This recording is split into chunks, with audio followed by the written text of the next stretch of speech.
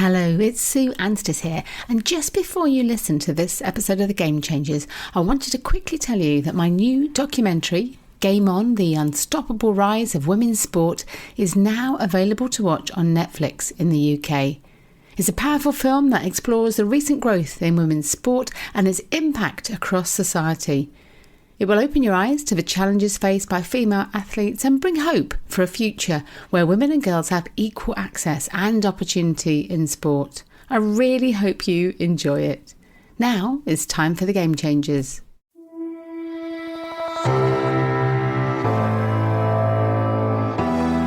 Hello and welcome to the Game Changers, the podcast where you'll hear from extraordinary trailblazing women in sport.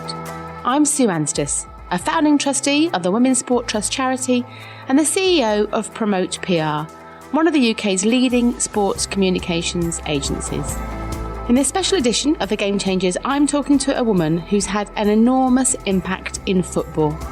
Eni Aluko is an accomplished footballer, a lawyer, a media personality, and now a best-selling author. She's one of only 11 female footballers to have represented England over 100 times, and she's won multiple club and individual honours for Chelsea and Juventus. She was the first female pundit on Match of the Day. She holds a first-class law degree and is an ambassador for UN Women UK and Common Goal. Always using her voice and platform to champion social progress, Eni was involved in a high-profile racism case against the Football Association, which led to critical reforms within the governing body. Enduring a truly horrible 2-year battle, including a huge amount of negative press, Eni finally received a public apology from the FA for the discriminatory remarks made to her and another player by head coach Mark Sampson and other staff. This autumn, Eni released her autobiography, They Don't Teach That, which tells the story of her life from a young girl playing football on her estate with her brother through to being a high-profile professional footballer. It also sheds light on the full story behind the issues with the FA and the England setup. I was thrilled to meet Eni at the very beautiful Soho House Hotel in central London. We settled down to talk in what we thought was a quiet corner, only to find people clearing tables behind us, so apologies for the background noise in places, but I'm sure you'll agree it doesn't detract from what is a fascinating conversation with Eni. I began by asking her why sport was a part of her life growing up. Honestly, I don't feel like I had a choice. I think I was born with this gift of playing football, and I found myself, like every other kid, playing outside in my local estate, playing football with all the boys, and just was very good at it. You know, no one really taught me how to play. No one sort of sat me down and said, right, this is how you control a ball, this is how you trap a ball. It was just there. It was just a gift that I had.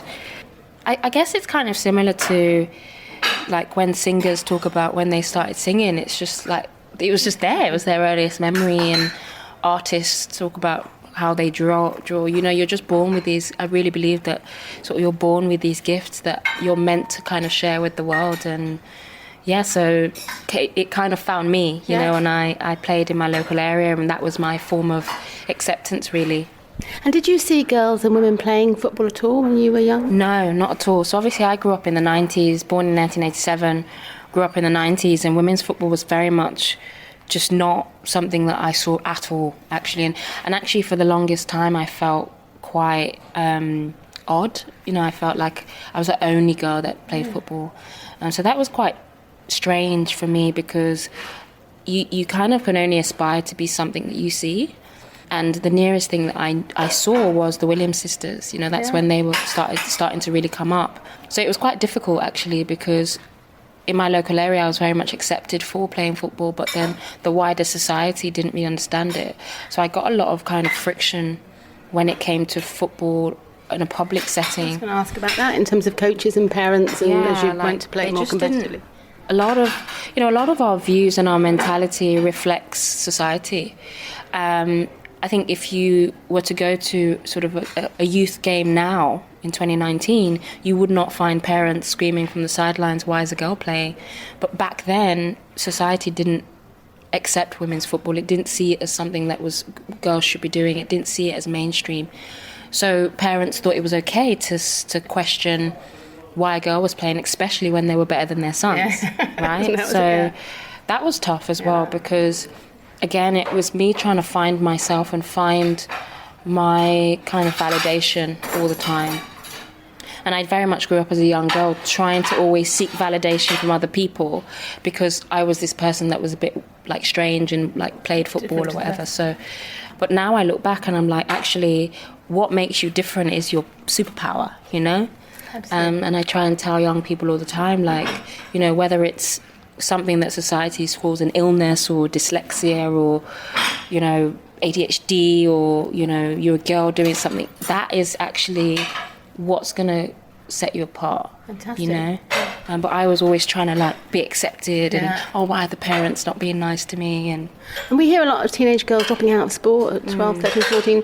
Was that ever a risk for you, do you think, of stopping playing sport? Yeah, absolutely. It was, and I did. I think after I had a few sort of situations where I feel like parents were, you know, being like, you know, questioning my whole existence. I went into tennis. I was like, I'm done with this, and I went into tennis. I was decent at tennis. Me and my brother were decent at tennis, but tennis wasn't really something that I felt I could I was like naturally gifted at. I had to practice a lot, I had to train a lot. I was very impatient, so like when I wasn't making the shots, I'd get angry, and you know, it's a very patient sport, and I just wasn't that kid. So I only got so far in tennis, and there was longing for football again. In terms of other role models, you mentioned the Williams sisters. Were there other female role models you remember seeing in the sports environment as you were growing up at all? Yeah, I mean, I kind of heard of like Mia Hamm, but she felt very distant. Like, oh, there's this American player that's like the men called Mia Hamm, and it was like I never saw her. Yeah. You know what I mean? I actually never saw her play. But it was something that I think a lot of young girls growing up were like, oh, like Mia Hamm, and I saw pictures and stuff, but I never actually saw her play growing up. Was there a point, can you remember a point when you thought, yeah, I'm really good at this? Was there a moment when you realised? When I was young, when I was young, I used to just be fearless. I used to just dribble around, you know, and I talk about it in the book, just like that feeling of like dribbling on the estate around Coke cans and jumpers for goalposts, and that I was the freest then, you know, and that's actually something I try and tap into when I feel the pressure now as a pro footballer, and I think that's something that it's quite sad. I think when you ask a lot of footballers, professional footballers, like, do you enjoy what you do? A lot of them, if they're honest with themselves, would say no in like the pressure moments, because it gets really serious and intense, and actually the freer you feel, the better you're going to play. Like when you were a child. Like when you were a kid. And it sounds really cheesy, but it's true. Like when I went to America for the first time and was playing pro, I had a coach that told me, like, when was the last time you actually enjoyed this? And I was like, not for a while, you know? And he was like, well, go back to that place. I was like, oh, okay, yeah, I'm going to do that. And I just started scoring. I started enjoying it. I wasn't analysing every mistake. You know, it is a mindset. It's a mentality. And you went to Loughborough for trials when you were under 15s for England? Yes. How did that feel then to be around other girls that were you know, very exceptional players? So the first time I got called for England was around 14, and it's a great story actually, that I turned up in a suit. And you know, at the heels at the sort of insistence of my mom, and it was very embarrassing because everybody else was like, "What on earth? She's turning up for school." And but I think if anything, that shows how important it was to me and my family. And I remember actually my first camp, we did a fitness test, and I thought like the fastest, I had to run the fastest, and you know, I was really fast. So, and then I pretty much like died after like on that beep test. Yeah, not realizing that it was like an endurance test. So it didn't go too well that first camp. I think, you know, I embarrassed myself on, but you know, I think they saw my talent, and you went on to have an extraordinary career. So over 100 caps, one of only 11 players, I think, to have over 102 caps you had. And can you remember that time? I think your first cap was when you were 17. So how did it feel running out, representing England at 17? Well, I say this in the book that my first cap, actually, I look back and I'm like, why was I so nervous? Like, I was so nervous to the point where every time I got the ball, I just was like, oh, get rid of it. And I don't know whether I was ready or whether it was almost like a bit of an imposter syndrome kind of thing, where I was like, oh, like, I'm not ready for this sort of thing, and was just very fearful in that game, when actually what got me there was being this kind of free player. But I guess it didn't, Hope Powell didn't hold it against me, I guess. She picked me again. So. And how did you juggle that, I guess, that time of being a young player? So you were juggling working, studying, training. You were in Birmingham and travelling down to Midlands to Charlton and so on. So how did you manage to juggle that? I don't know. I think when you really want to do something, you figure out a way. And I knew that at that time I needed to move on from Birmingham. I felt kind of closed in. And I wanted to kind of push myself. And maybe it was the time of my life as well. I was moving on to uni, so I felt like I needed to expand my horizons with football as well. But travelling from Birmingham, going to college, travelling, and then having to come back on the last train, it was hard. And a lot of the time I had to stay at friends' houses, and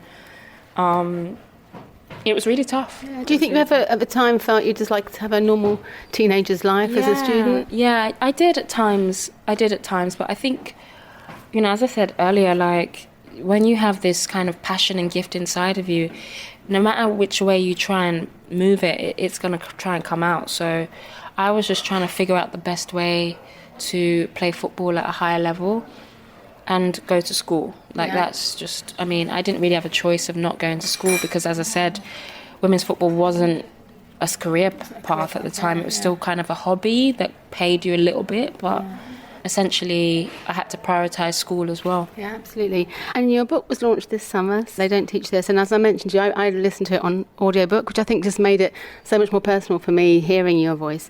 And one of the things I think was quite difficult to listen to, but so important to hear about, was that full story of what happened over those years, the battle for justice really with the FA. And I think before that I picked up various elements in newspaper articles and media interviews, but I certainly wouldn't have said I knew the full story. So how does it feel for you to have been able to finally tell the whole story? Well, I'm so happy you say that, because that's what the book was, that's what particularly that chapter was about, and writing a book is a whole process, and you've got to kind of figure out how you want to tell that story in the most authentic way, but also give the reader a true picture of what happened.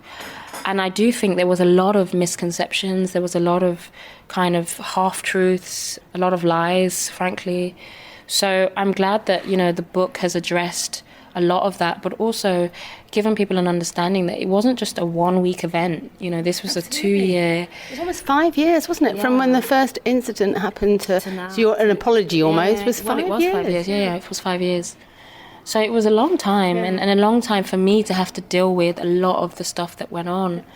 And I think, in this country, the media takes that for granted. I think a lot of the time the media doesn't understand that if you put out something, people digest it, and that becomes the truth. Yeah. So having the opportunity to write a book and address all of that, I think is a huge opportunity, and I'm glad that I've done that. I think anyone now that doesn't understand the full story will probably never understand. And how confident do you feel now that the culture you were subject to is no longer present at the FA? Yeah, very confident. I think, and I have to be careful not to take credit for this, but I think since my case, certainly, you've seen a huge shift in terms of women's teams and women's players actually saying, no, actually, we're not going to accept this anymore.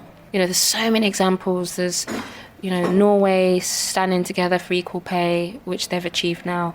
Australian women's team said to their old coach, listen, this is a culture of fear and bullying, we're not having it. New Zealand, the same. Obviously, the US national team with the equal pay fight.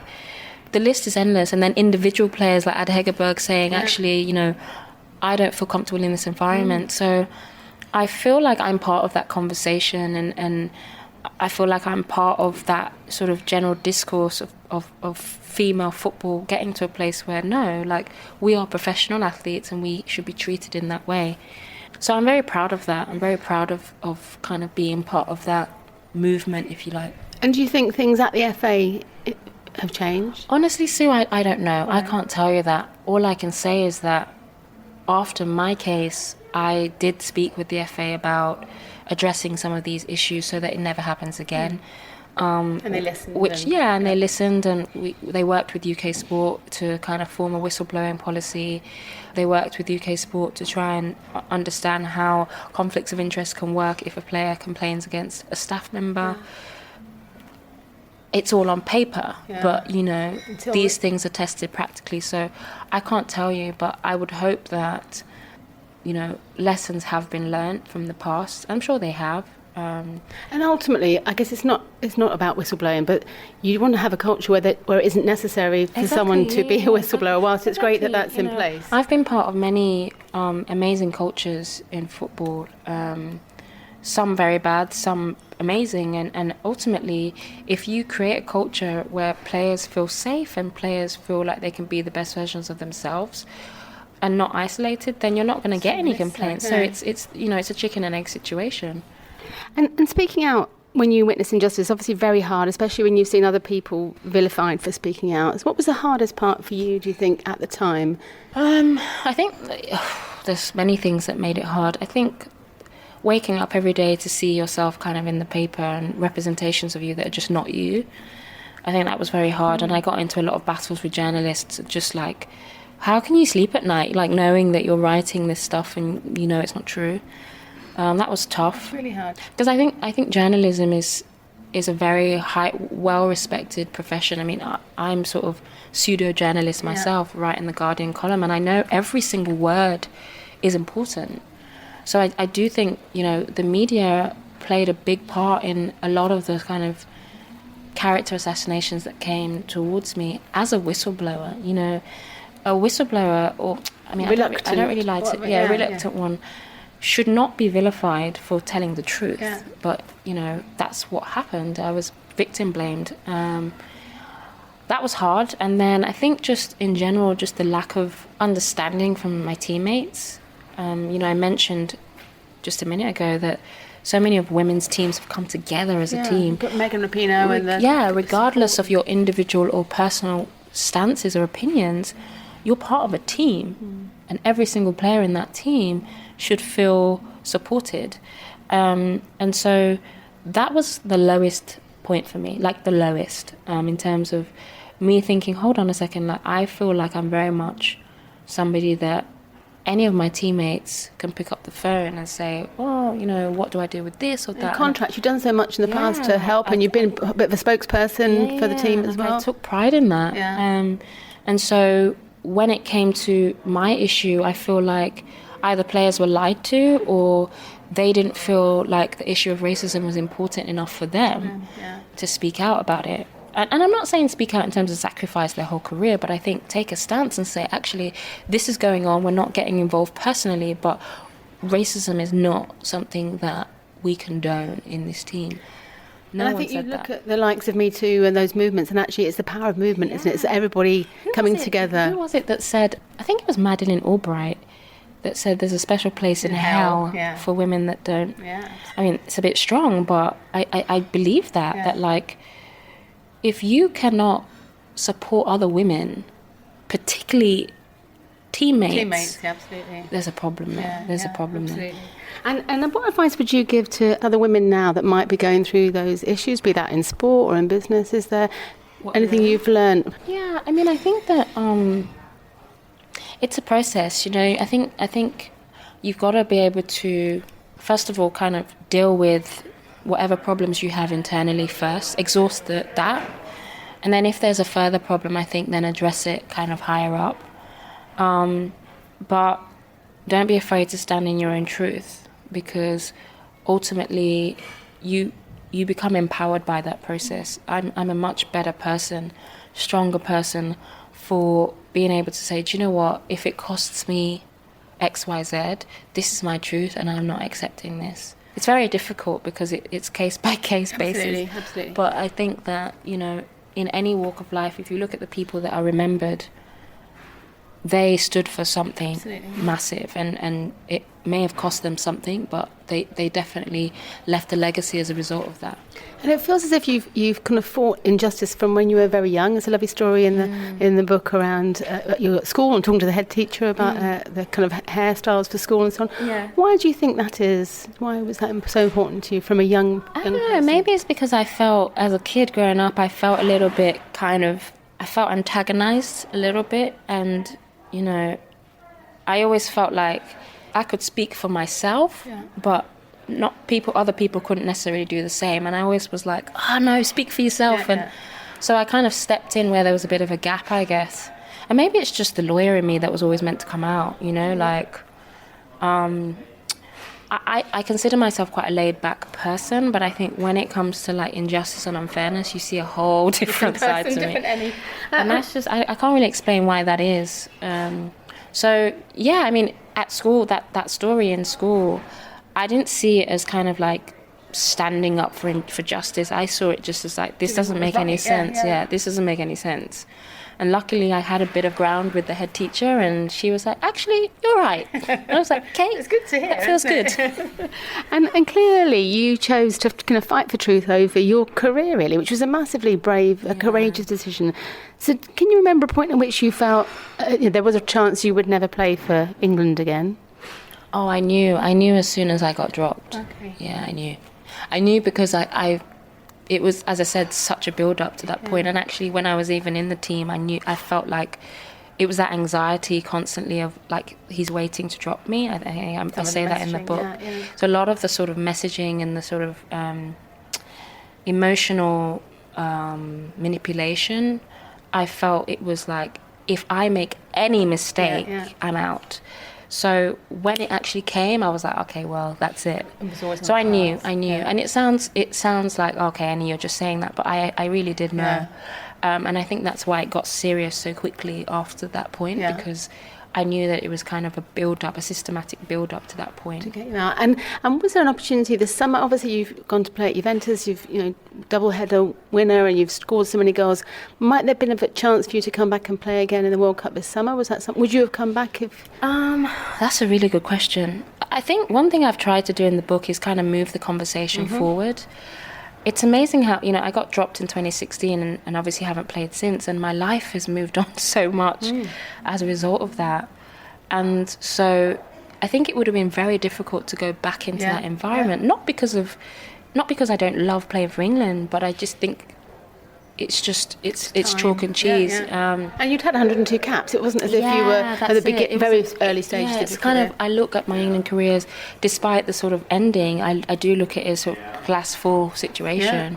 So I think it would have been difficult because other things have come up that I'm equally as passionate about, like punditry and travelling, and as a footballer playing for England, you get maybe a summer off. You get like a month off maybe in the summer, if that, and a week at Christmas. You don't get to travel. You don't get to spend time with your family.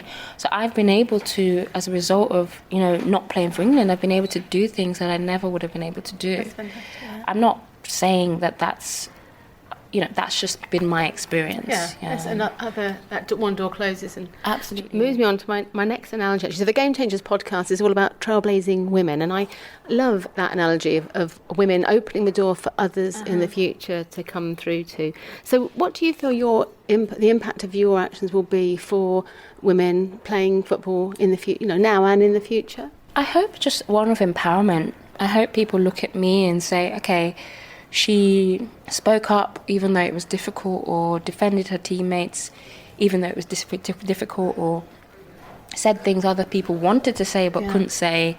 I hope that that's an example for young women, because I think when women really stand in their truth, they're just so powerful, I mean, look at Megan Rapinoe's speech the other day. I know. Just incredible, just incredible woman who's using her platform to change the world. And that's all it takes. That's all it takes.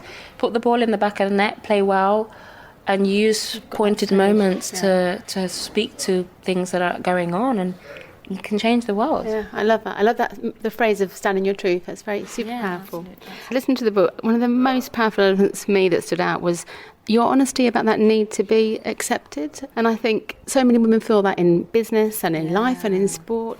Well, I think life starts at the point where, one, you stop caring about what other people think, which is easier said than done.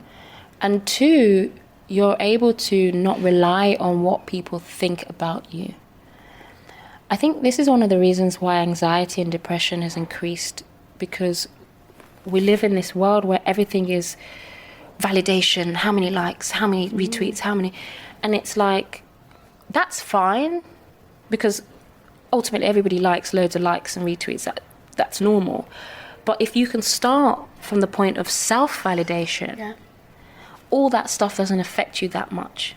So if I put something out on social media and actually one person likes it, it doesn't matter, because I've already told myself I'm enough. The problem is that a lot of young people put so much emphasis on that, haven't told themselves. So it affects them so much that they start telling themselves, oh, I'm not good enough, I'm not enough. All because of people that, quite frankly, probably haven't got their self figured out, you know? So it was a process for me, because particularly in the England team, I kept thinking, okay, but I'm a good player too, but I wasn't getting that reinforcement, and I was constantly looking for that reinforcement. It wasn't coming. So I started telling myself I wasn't good enough. But then it was like, okay, what am I going to do? Like, how am I going to make myself feel better? So I started watching videos of myself scoring. I started just doing things that made me feel better, that fed that kind of ego in a way. So it's been a process for me, but I'm really, really big on self-validation. And it's not about being arrogant, but it's about saying, I know what I can bring to the table. I know I'm good enough. I know that I'm not perfect, but these are the things that, you know, I'm good at. And that, particularly for women, being the sort of starting point. And your mum, I love your mum through the book, but that's just clearly an extraordinarily strong woman herself too. And I think she definitely helped you in that process of... my mum gave me a lot of sort of hard lessons. And I think we need people like that in our life that are going to say, I support you, but this is the truth. I support you, but maybe you should do it this way. And I remember my mom distinctly saying, listen, you're putting way too much emphasis on your coach. You're putting way too much emphasis on other people, when ultimately you started playing football when you were 5 years old. These people didn't exist. You know, and it was like one of those shock moments for me. And I woke up and I was like, do you know what? She's right. And there's a line in the book, one of my favorite lines in the book, and my mom says, your destiny is so much greater than people that are trying to block it. Because ultimately, when you are successful, you will have people that are trying to block you, or jealous of you, or, you know, because of their own view of what you should be, can't see you any further. But you got to see beyond those people. My mum was massive with that. She was really, really big with that. Fantastic. So good to hear. And we hear so much, don't we, with boards and businesses and so on, that diversity is so key to success. The setup of the England team, I think at the time when you had so many issues with the coach, was really about over-conforming, so players having to suppress their individuality with a really massive groupthink focus. So I wonder if you think how teams can have that balance of being united as a team, but also maximising the kind of brilliance of individual players at the same time? That is a really good question. I think that if you are part of a team, you automatically have sort of team values that are ingrained in you. I think there's a lot of fear around individuality. I think people think that individuality means that you're not part of a team. You can't have both, but you can. My favourite player is Messi. He's one of the best individual players of all time, but he's also a great team player. So if you build a culture of team without forcing it down people's throats, you know, they love being part of a team, but let their individuality play out too. Shine. I think too many coaches, particularly English coaches, are terrified of individuality because it means, I can't control it. It's all control. And it's like, no, just let it be. Let that blossom. And you're going to have to tweak things now and again. And, But if you look at Liverpool, for example, like Liverpool men's team, you know, if you look at Mohamed Salah, Sadio Mane, Roberto Firmino, those three individuals are amazing as individuals, but they're also amazing as a three. Yeah. But if you remove their individuality, they wouldn't be amazing as a three. So one feeds the other. Yeah, absolutely. You know, so I think it's a coaching point, a cultural point. Yeah, interesting. And I think actually in the England team, it swung way too far the other way, that everybody kind of had to be a sheep. That conformed. It became almost like a cult, you know, where if you spoke out a line or you said certain things or sort of questioned things, you were black sheep. It's not the way it should be. I'm personally not a very religious person, but clearly your faith is a huge part of your life. It's really well expressed throughout the book. And I'm glad about that. I was terrified about that. It's really interesting, isn't it? I didn't want to come across too preachy, because I think religion can be that. Religion can be very... I mean, I don't see myself as a religious person. I see myself as a person of faith, you know, that I think can be shared in any religion that you have. I think religion is more kind of showing that you do certain things in order to be considered. But I was worried about that, because I thought...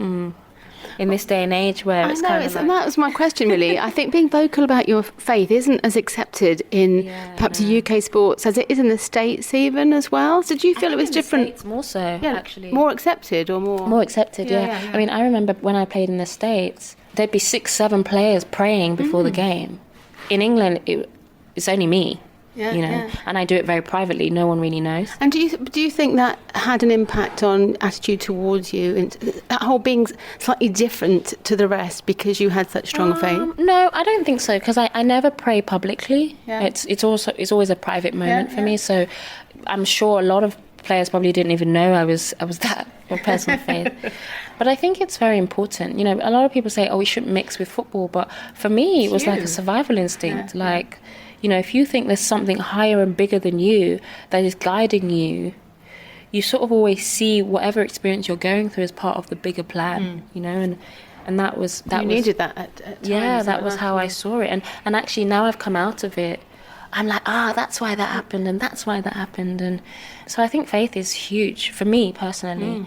And I hope, you know, for anyone who's going through something, who reads the book, maybe they'll explore it themselves and find out themselves. And you were the first female pundit on Match of the Day, so 2014. What kind of response did you get at the time to that? It was really great. I was kind of worried about the response, but I've always been someone that wasn't really afraid to be the first, because I thought there's a risk, but there's a huge opportunity at the same time. So I felt very ready to go on the show. I was very prepared. And I just thought, just chat as if you're talking to some guys on the sofa, you know? And I sort of normalised it as much as possible. So when I went on the show, I looked very relaxed and I got really great feedback. I was really, really happy about it. And then you've gone on to your commentaries, you and Alex, and the Men's World Cup and the Women's World Cup. So Alex is doing amazing. It's brilliant. Amazing. It's amazing that we both played together. A lot of the time we played on the right. And she's doing amazing. I haven't been able to watch Strictly or anything, but she's lovely. She's come across as so lovely, and I think we've seen a different side of her there as well. Yeah, she's done great. Great pundit too. Are you enjoying that? Would you like to do more of that in the future? Absolutely, yeah. I mean, football is my passion, so I want to be able to kind of talk about it and show that an opinion about tactics or players or managers or rules in the game, it's not gender specific, you know. I've watched as much football as any other man has watched, so thankfully the conversation has become less gender specific now, and it's like, Eni Aluko knows what she's talking about, Alex Scott knows what she's talking about, as opposed to, they're women. Slow hand clap. But that, you know, I say it in the book that if you are a pioneer, you've got to be ready for people that are going to kind of push against the status quo. But also there's going to be people that say, actually, hello, that's really quite good. That's really good.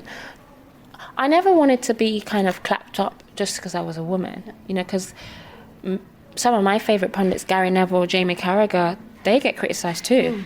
So who am I to not be criticised because I'm a woman? So criticised as a pundit or a commentator. Criticised as a pundit, that's the key.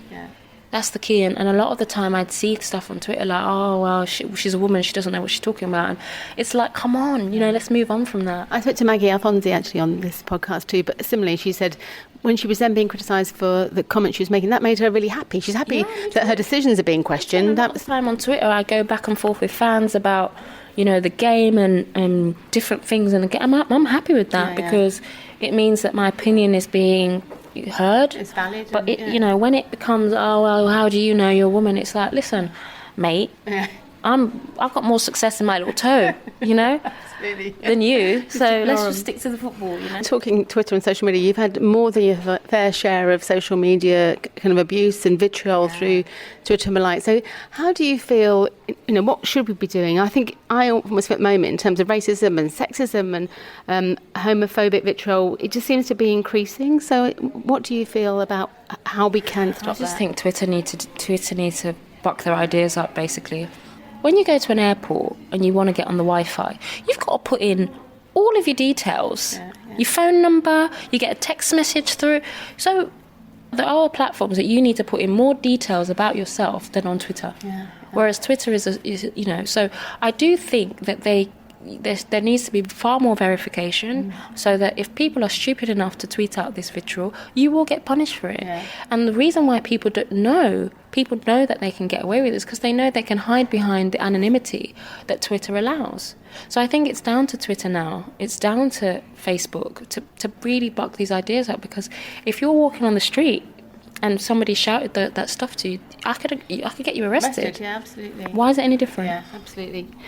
You've been playing for Juventus now, and obviously we mentioned earlier, it's a real record-breaking game they had earlier this year, just under 40,000 fans that came through. And I feel a lot of that was the issuing of free tickets, which actually was done again for the first WSL Chelsea game. And yet at Chelsea, they issued 41,000, and I think they had 25,000 turned up. So do you think there's a cultural difference in terms of giving free tickets away to build attendance?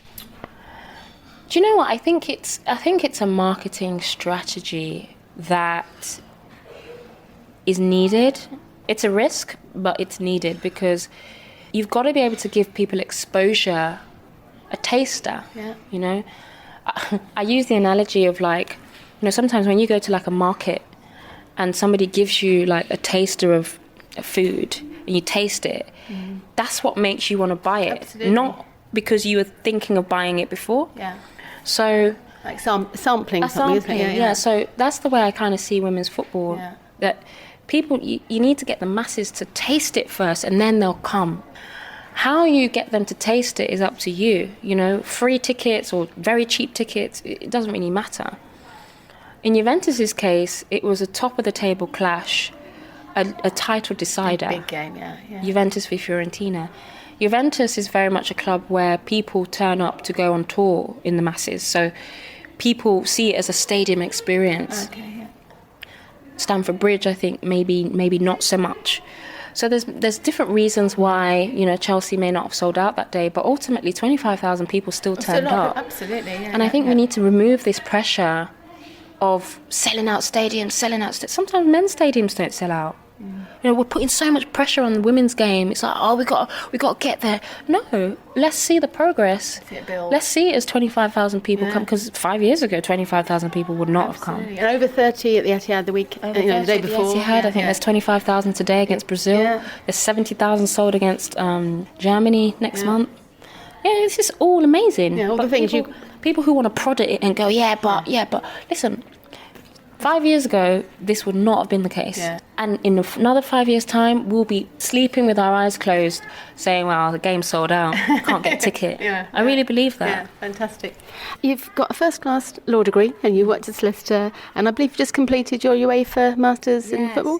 So what does the future hold for Eni Aluko? Well, probably in my last year or 2 years of playing, I think I've been quite open about that, because I think that you have to get to a point where you accept that you can't play forever. Does that excite you, the sort of? It is exciting because I've always been preparing for the life after football. I think the fear of not having anything to do after playing has driven me to plan so much after playing. So now it is an exciting time. Obviously, I'm in my final year at Juventus. I think the next step for me is kind of working. One of the reasons why I did the Masters is to work as a sporting director. I've always kind of said that I don't think I'll do coaching, but in terms of the other side of the game, which is like recruiting players, setting culture, sort of endorsement deals, commercial deals for clubs, building a women's team up. And using all the skills you've got from your law degree and your work. Yeah, because it is quite a legal, it can be quite a legal role in terms of all the contracts that you have to oversee. And just a management overseeing role, I think that's what's coming. So yeah, exciting announcements coming up. Okay. It's all exciting, and it's something that I think I encourage all players to think about. You know, enjoy your career, enjoy playing as long as you can, but also, you know, look forward to what you're going to do for the next 20 years. Yes, the rest of your life. Because, you know, as footballers, we're so lucky that we get opportunities much quicker than other people because of who we are. And so there shouldn't be any fear around what you're going to be in the next 20 years, you know? Fantastic. And my final question, if there were a couple of teachings that you wanted to pass on to young women who maybe are passionate about sport, I'm thinking of my 3 teenage daughters here, really? But what would they be? What are the key things you think from your learnings? Well, I definitely think self-validation is a big one, because that was probably the most difficult times of my life when I was younger, and when obviously I got older, was this idea that I didn't really know how to tell myself that I was good enough. And I think a lot of people struggle with that, it doesn't discriminate. Men, women, ageless, it's kind of a voice in your head that you need to kind of control. So absolutely for teenage girls, that self-validation. And that's kind of the chapter Heavens number 9 is that whole analogy that even though parents were sort of poking at me, I felt like I was born to play football. So I'm Heavens number 9. Like I was picked by heaven to be number 9, and that's me, you know, and that kind of affirmation. I think the other one is learning how to deal with difficulty in your life when it comes, because it will come. Yeah. And failure, you talk about kind of seeing failure as an opportunity. Seeing failure as an opportunity. I was crippled by failure to a certain. I wanted to quit the game because of it, which is bonkers, because as an athlete you will fail, but it was an irrational kind of fear for me. And it's being able to say, in any area of life, if you fail, see it as something that's going to drive you to be better. Don't let it cripple you. And I think for young people now, a lot of young people that don't want to put the work in to get where they want to get to. It's kind of like they expect it to be like. And I have 2 teenage sisters, so I know what I'm talking about. Like, I'm always giving them pep talks. I'm like, you need to put it in first, you know. And so I think it's a good lesson for young teenagers to say, if you start on a path to something, you might veer off a little bit, but use it as motivation to become better. Because in my case, the year after I failed badly publicly, we went on to win the double, and I know for a fact we wouldn't have been able to do that if it wasn't for the previous failure. So those 2 lessons, I think, I really hope resonate with people that read the book. I really hope you enjoyed hearing from Eni as much as I did talking to her. She's such a brave and extraordinary woman, and I very much look forward to hearing what's coming next in her career. If you enjoyed this podcast, please hit the subscribe button so you don't miss out on future episodes, and why not listen back to some of the other incredible, fearless women in sport I've featured in the first 2 series. If you have a moment to give the podcast a rating or review on iTunes, it makes a massive difference to helping me reach new audiences too. Thanks again to Sam Walker and the team at What Goes On Media for all their help in producing these podcasts. I'll be back in the new year with Series 3. The Game Changers. Fearless Women in Sport.